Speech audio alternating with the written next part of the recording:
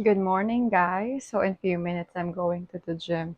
And this is how I usually look when I'm at the gym. Ayan, itatali ko lang siya ng papusot. Kasi ayoko nang may sumasabit-sabit sa gilid.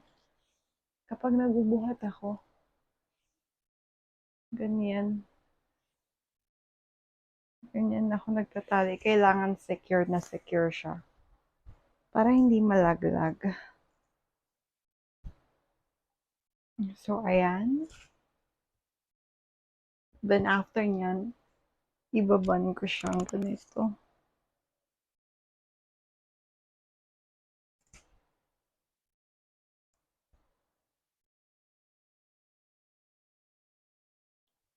And this is my finish look.